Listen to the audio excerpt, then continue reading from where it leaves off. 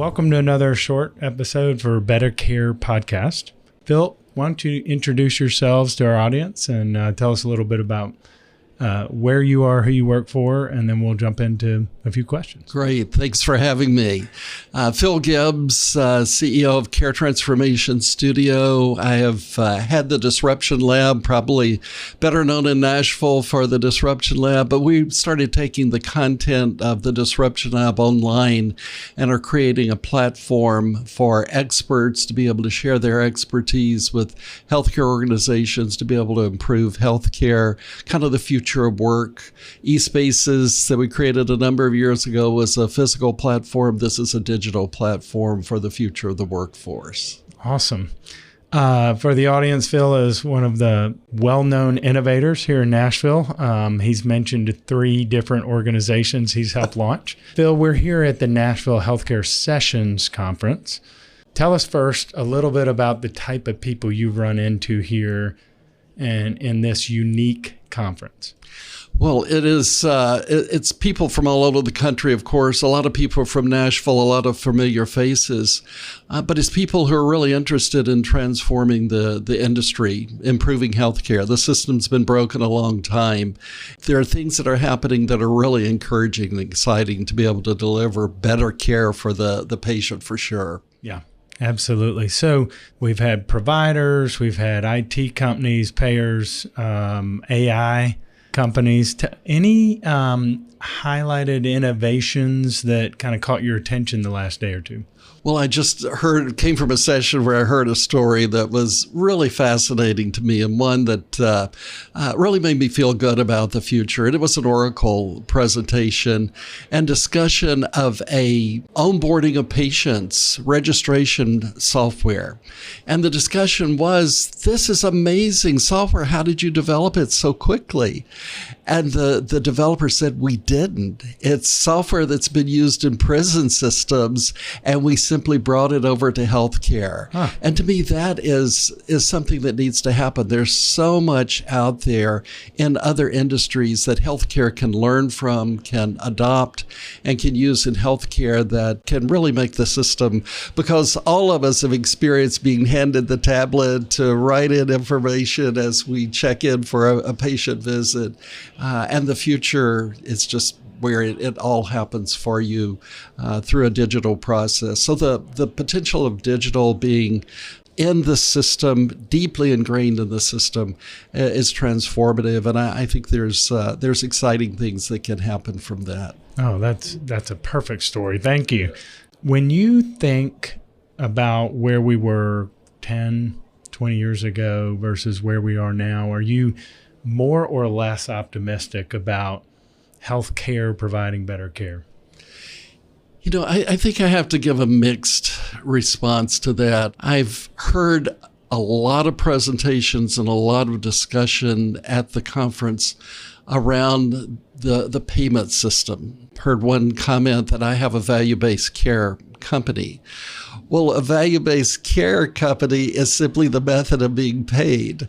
And we spend so much time, and have to, within healthcare, focusing on the payment, but most other industries do not have to do that. So really getting to the core of improving the delivery of care, the clinical side, the delivery of the care, and we're starting to see that, I think, happen. And it's all about systems and processes being enabled by technology, empowered by AI. Obviously, that term is used over and over, and it'll become more and more prominent as it plays a role in making healthcare better. So it's still, I remember one time, you'll appreciate this, we had done a lot of process improvement, dealing with low-hanging fruit, and I'd been away from that work maybe 10 years or so, and I was on a plane, and I sat down next to a person. Turned out they were a consultant, and they told me, I asked what they were doing. They said, well, we're working on low-hanging fruit. And I'm thinking, I thought we took care of that 10 years ago, but it's always there. It's always there. I will say one of the more innovative stories I heard is Mark Cuban's business. They're self-employed, self-insured, for his employees down in Texas. Yeah. And they negotiated an 80% discount off of Medicare for procedures through direct contracting with the hospitals. And I thought, no way, that's crazy. They'll never happen. And he goes, well, we also agreed to pay in cash up front. Yes. Before care is given. And I think that type of innovation not only can provide better care, but was truly innovative. I've never heard anything like that. Yes. The opportunities to improve are still just, there is so much low-hanging fruit.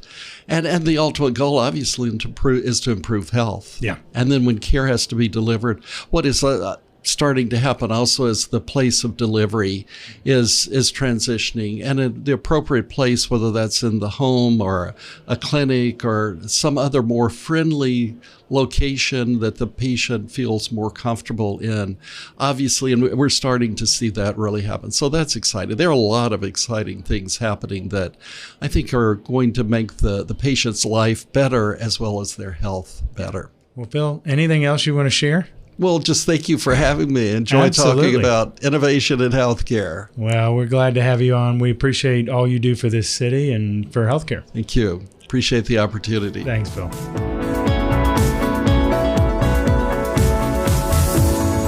Vic, thanks for joining us. Tell us who you are, where you are, what you do. Yeah, thanks for letting me jump in. So I'm one of the co-founders of Jumpstart. We're an early stage venture firm focused on healthcare, anywhere from inception, kind of pre-seed through Series A, and lucky enough to be an investor in EvidenceCare. Absolutely. And you also have your own podcast. Yes. So there's two co-founders in Jumpstart, myself and Marcus Whitney. We began to realize about a year ago that the news cycle is really accelerating quickly, and we were having trouble keeping up ourselves. So our solution, our hack to keep up with that is to hold ourselves accountable, and every Thursday do a podcast about all the news around healthcare innovation. That's called Health Further. It comes out every Saturday. We do the news roundup, and then we'll sprinkle in guest episodes about particular topics as well. Awesome. Well, thanks for joining us. Yeah. And I know there's been a lot of hot topics here at Healthcare Sessions. A lot of really interesting topics here. What are a few kind of nuggets of takeaways that you picked up?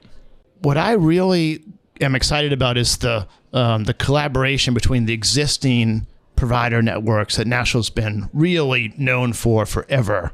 And now we're seeing this inflow of Nashville getting bigger in size, the Healthcare Council getting bigger in size, and we're starting to attract groups like Oracle. David Feinberg at Oracle just was on stage talking about bringing best practices from other industries to healthcare. And Oracle has the distribution, the power, the balance sheet to be credible bringing that.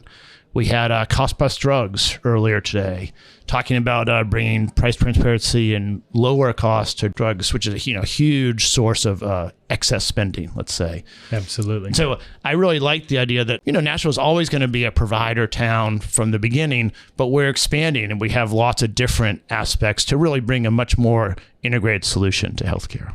Yeah.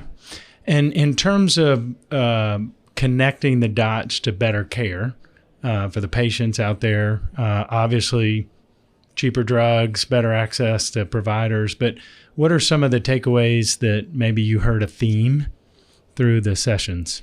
I really see trends around bringing better access to care, better caregivers. Our staffing, the people in healthcare really are the source of a lot of the value, a lot of the delivery systems where we're interfacing with the patient and providing empathy and providing the expertise and the hands-on care. Those people have struggled through the pandemic. It's a hard job, and I'm seeing a lot of new solutions coming out that sort of in a derivative way create better care. It helps the nurses and the physicians and all of the caregivers to have the tools they need, kind of empower them to deliver better care. So that's the first thing. Then the second big trend I'm seeing is behavioral health really being integrated instead of point solutions, integrating that across the different disease states. Because it really is, I think it's true that everyone has some aspects of behavioral health that they could improve on. and maybe not be debilitating, but you could work on something. Maybe you want to be a little more careful with your eating or exercise more, or you do have an actual behavioral health diagnosis that you're working on. Yeah. I think that I'm seeing that much more distributed across the healthcare system, which ends up in better care. In terms of technology trends, listening to the providers, everybody's got electronic health records. Any themes there about kind of seeing better care pushed down for the providers and the patients? Well, I think really what I'm seeing is a fatigue around the multiple point systems. A lot of health systems will have 30, 40, 50 different vendors with point solutions, and that's difficult to maintain. It's difficult to keep up with, and they are looking to simplify and consolidate down, and tools like EvidenceCare that can sort of bring evidence-based medicine from many different sources into that one experience where the physician can really get the information they need, right place, right time, I think could be really valuable. But that's the trend, is health systems are looking to cut back and have fewer tools. Well, they still need to have overall better technology, better information. Yeah, thank you. So, Vic, knowing that the elections will soon be over one way or another, what's the impact either way with the elections hitting healthcare? Yeah, well, I think part of the reason I invest in healthcare, and you and everyone here spends their life in healthcare, is it's the biggest industry. Every person in America is really impacted by healthcare. So no matter who wins, I think Nashville Healthcare will still be thrive and still have a lot of import. I think you'll see the two parties sort of go back to their roots, and the Democrats will strengthen the institutions. They'll focus on HHS. They'll focus on bringing solutions through the federal administrative programs. Whereas I think the Republicans will lean more on competitive markets and bringing transparency and cutting regulation. As a venture capitalist, I can work with either. So, I'm sort of positioned to not worry about who is in the White House and focus on the fact that it's $4.5 trillion of spend every year. And a lot of that could be, let's say, more intelligently deployed using EvidenceCare, using my portfolio companies. And so I think you'll see, if the Democrats win, we'll have a much more federally regulated, try to bring solutions to the population from DC, versus the Republicans trying to let the free market drive. And that tension back and forth, I think, is probably healthy, although it's frustrating to all of us to see it work. Yeah, that's a great answer. Oh, that's my way to be able to raise money from either side. There you go.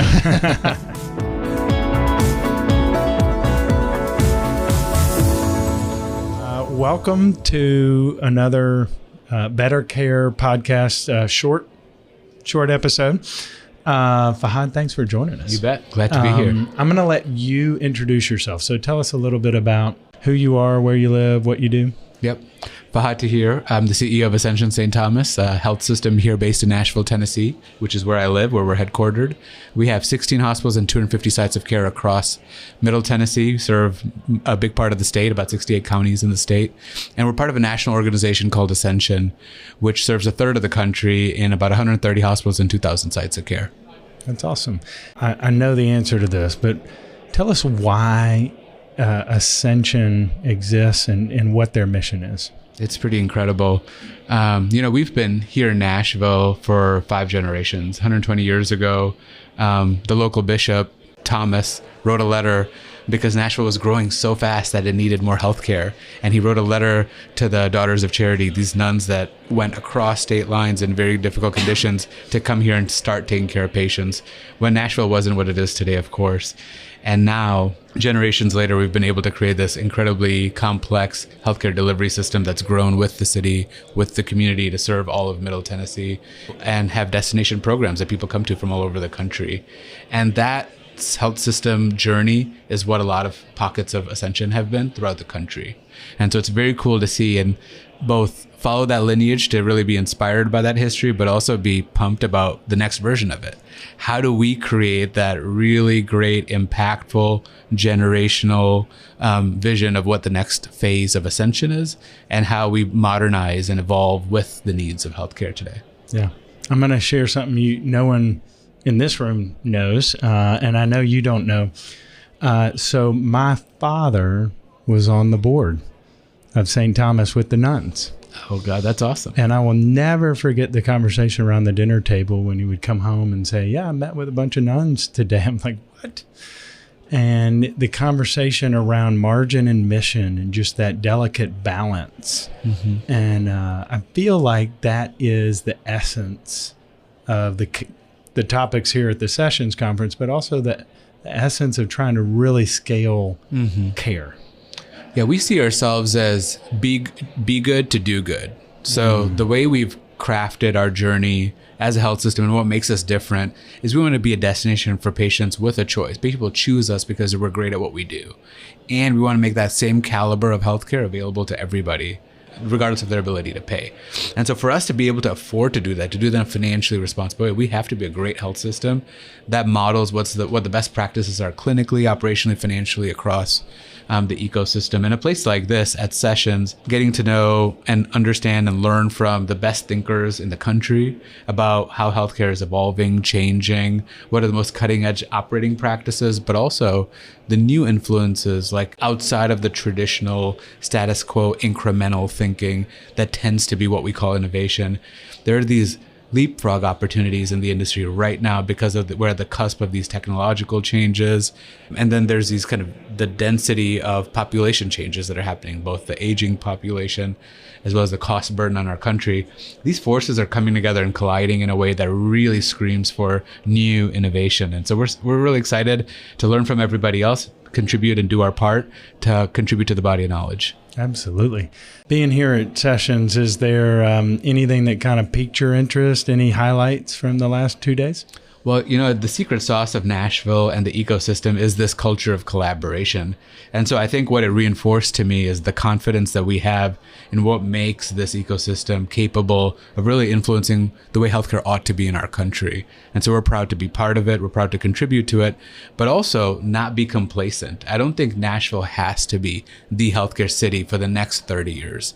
So as we celebrate our 30th anniversary as a Nashville Healthcare Council and really take intentional approach looking at what our impact will be going forward, I think part of what we're focused on is how do we cultivate what Nashville has been for all of us. The casual, integrated way we learn from each other on a daily and continuous basis. I really believe it makes us better. I think we both agree with that. I think we've seen our fingerprints on each other organizationally and individually. And we think that has the ability to really inspire the way the healthcare in the country could go. And so that's I think this next version. And Sessions is now bringing everyone into the party. Yeah. Nashville has a little bit been a well-kept secret in that regard. And I think Sessions allows us to recalibrate and frame it up for everyone else. Yeah, and what's ringing in my head is be good to do good. I think that should be the mission of every company in any industry. That's something to aspire to. What does the rest of Ascension outside of Nashville think about what happens here, your role here? Are you all head and shoulders above other markets? Or is it kind of everybody's got their challenges everywhere? Yeah, as I said, we're a system of systems. So each region has its own footprint, makeup, history, ecosystem, assets and liabilities, for lack of a better word. And I think everyone has their strengths and areas where they want to get better. I think what we challenge ourselves to be is an innovator, a thought leader. And so we hold ourselves to the highest standards. When we benchmark ourselves not just within Ascension, but against the best practices in the country on clinical, operational, financial, and strategic measures. When we think about where we want to go strategically, we want to be the thought leaders that Ascension sees as an organization, as a part of the organization that can influence where the organization ought to go, because we've seen it work, because we're early adopters, because we want to energize the future. And so we're just lucky to be part of an organization that both has that architecture that allows us to play and participate in that way within the health system nationally, and I think also has a desire to have an impact on healthcare in this country.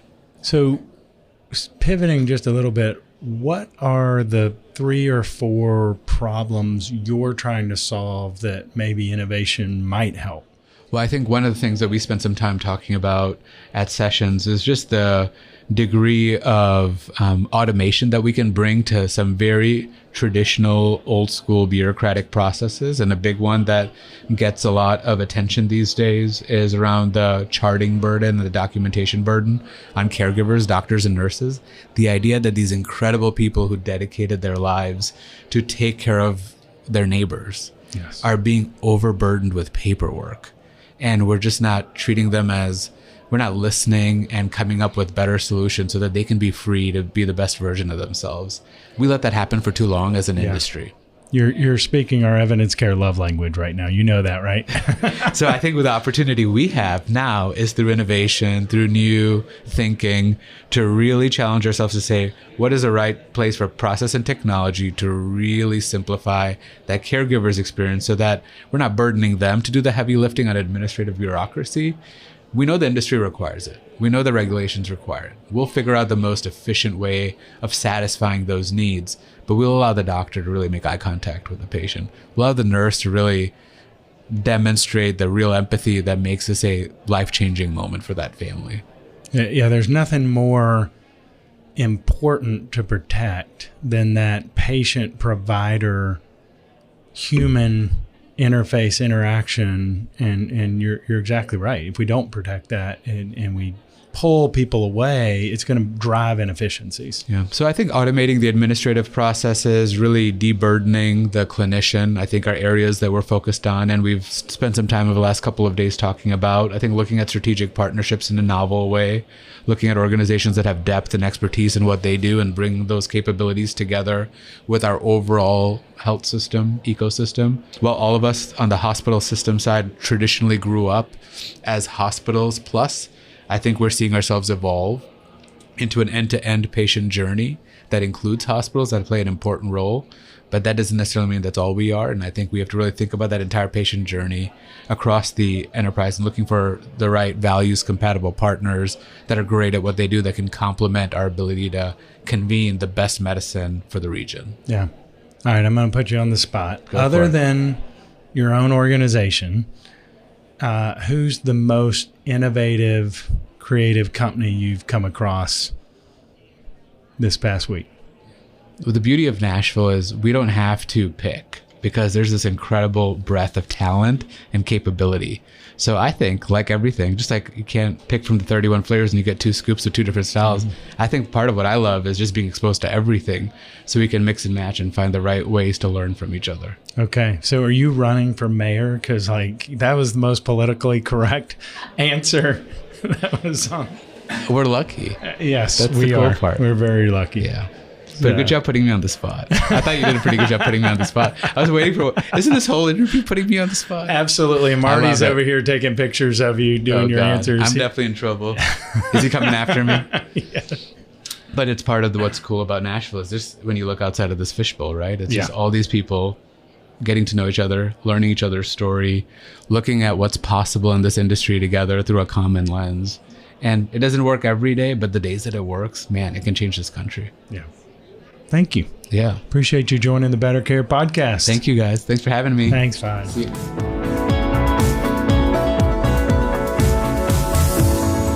So welcome to the Better Care podcast.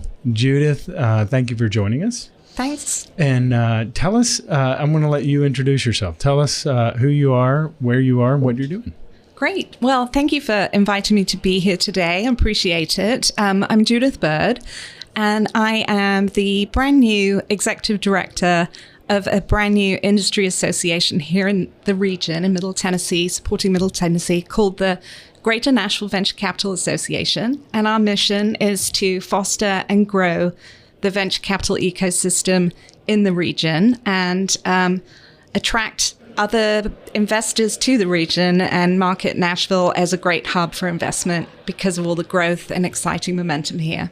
Absolutely. And I've had the pleasure of watching your career over the last 20 years, and you have done some amazing things and built great organizations. And the Greater Nashville Venture Association could not have a better first-time director. So we're excited for you. Oh, thank you. You've built a couple of things yourself, Bo. A few over the years. So let's talk about an interesting little intersection. So the topic of the podcast is better care. Yeah.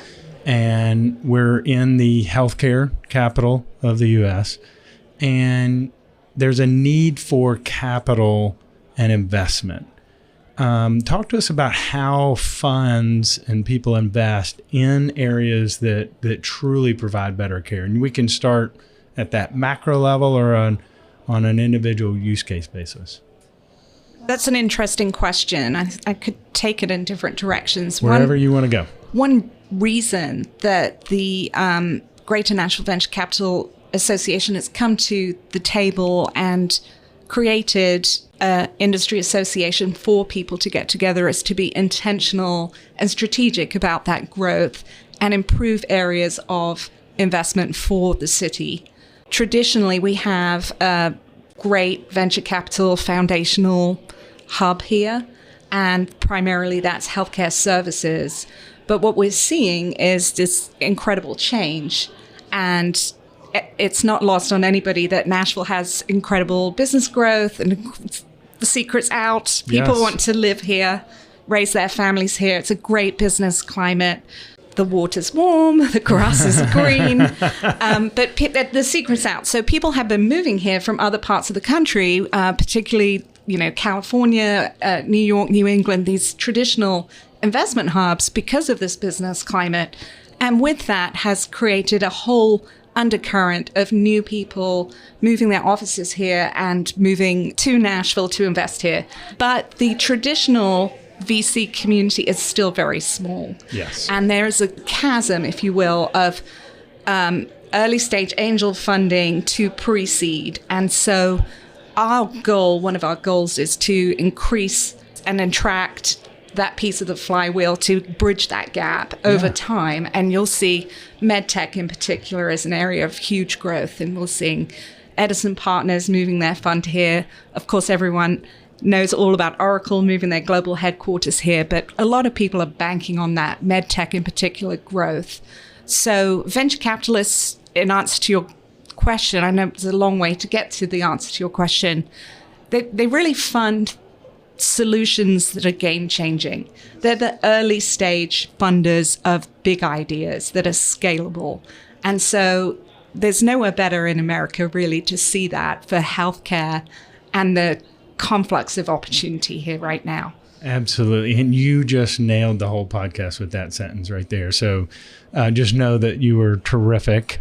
So a lot of our listeners happen to be most likely at health systems, hospitals, and many of them have their own venture funds.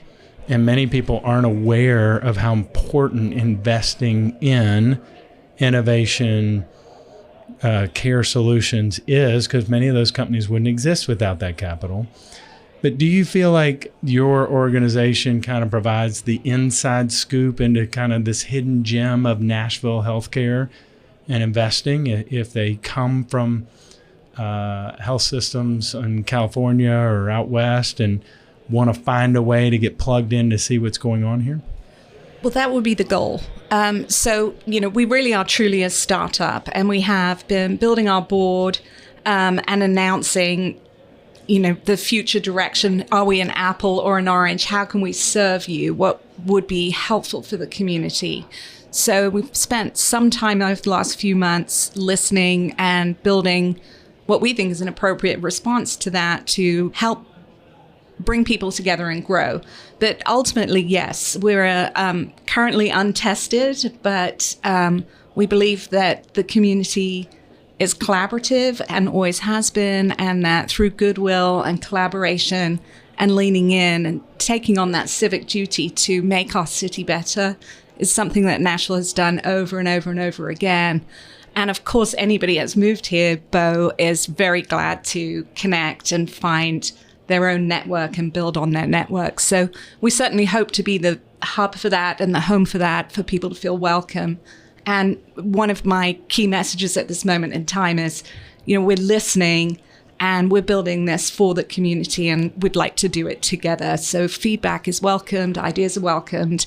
And we certainly do think that by creating an intentional community, we will be strategic over time, but also the place the front door to come, to make sure that if your thesis is in a certain specific area, that we can match you with people that are of your, like-minded business development purposes to further your business. So we certainly hope that we would be the center of that activity, as we should be for VCs, as we're the community for the VCs. Absolutely. We're looking forward to it.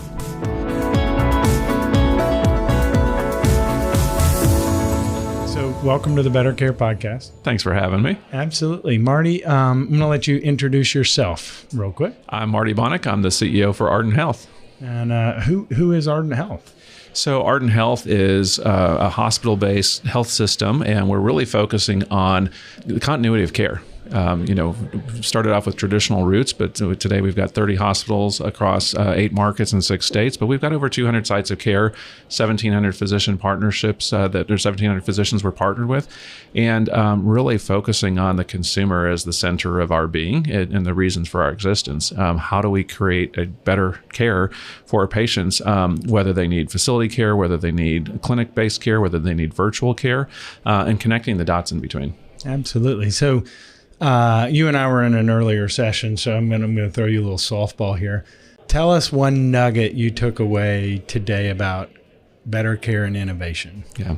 So we as we talked about, innovation is such an important word in our industry, and it's ripe for innovation. As I said, we're finally at a sort of a point in time where technology is going to be working for us and for our patients versus the other way around. Technology has been this cumbersome thing that we've had with EHRs and ability to access information about yourself, about your own patient record. And so I think we're at this precipice where technology is going to be an enabler to improve care and improve the experience. But I think the word innovation, as we talked about, is overused. And we're not doing innovation just because it's the cool thing to do. We're doing innovation to make an impact. What are the problems that we have as an industry, and what are the things that we can leverage technology and make it easier for the humans involved in being able to deliver that care, make it easier for care to be delivered, make it easier for care to be experienced by patients. Absolutely. Marty, why healthcare? Why are you in healthcare? To make a difference. I think the nobility of what we do, everybody's got to find a living, but what we're doing is changing and impacting people's lives every day. And we can never forget that. And I think those of us that have been in healthcare for our careers, like you and I, we realize that, life is tough, and you can go through a day, a week, a month, and go, "Damn, I'm making an impact." But when you step back and look at what we're doing, we are changing the way in which things are delivered. We are improving health outcomes in the communities we serve. We are making care better at the end of the day. And we know, when you get that occasional nice letter from a patient and go, "How did we impact somebody's life?" And when we see people at their most vulnerable, how do we show up for them? And that's why I do it. I had a personal health injury, an accident. I got hit by a car. I think you're the only CEO who has not intentionally or unintentionally, the first few months on the job, gone and experienced. Yes, I went deep, the undercover boss, and experienced healthcare from the other side. I got hit by a car. Lady hit me going 55 miles an hour, and I projected off of her windshield into the woods, and fortunately some good Samaritans came and helped me. But I got to spend 4 days at one of the esteemed institutions here in Nashville in their trauma unit during the height of COVID. And what I realized is we've got great caregivers in this industry and people that want to do well, but we surround them with systems and processes that don't make it easy for them to do their jobs. And as a patient, I realized a lot of the things that we do in the industry, we don't listen to patients' input. We don't respect their time. We don't respect their wallet. And we've got to do better. And I think COVID has shown us that there are options. There's a lot of great companies here that are doing innovative things to change the way in which healthcare is delivered. But I don't think that healthcare can be delivered in a point solution basis. So I think the health systems have an opportunity and the responsibility to actually put these things together so that a patient can have a longitudinal experience and have that care delivered in a seamless and fragmented way. It's a vision for the future, and it's a journey that we're not there, a long way to go. But again, I think that with partnerships and technology, we're at a better place now than we've ever been to deliver on that experience. Well, I don't know if it was your experience in the hospital, but you have set a culture. You've got the right people. You've got innovators, leaders, people who are passionate for your purpose. and you've created a phenomenal organization. So we are grateful to be a part as a partner with you. Thank you. No, our purpose at Ardent is people caring for people, and it's our patients, it's our communities that we serve, and it's one another. We spend more time together, away from our families with our work families, and we all are aligned by this common purpose of caring for people. And great to be partnered with you as well. Well, let's go create better care. Absolutely. Thanks, Bo. Marty, thanks for being on. Appreciate it.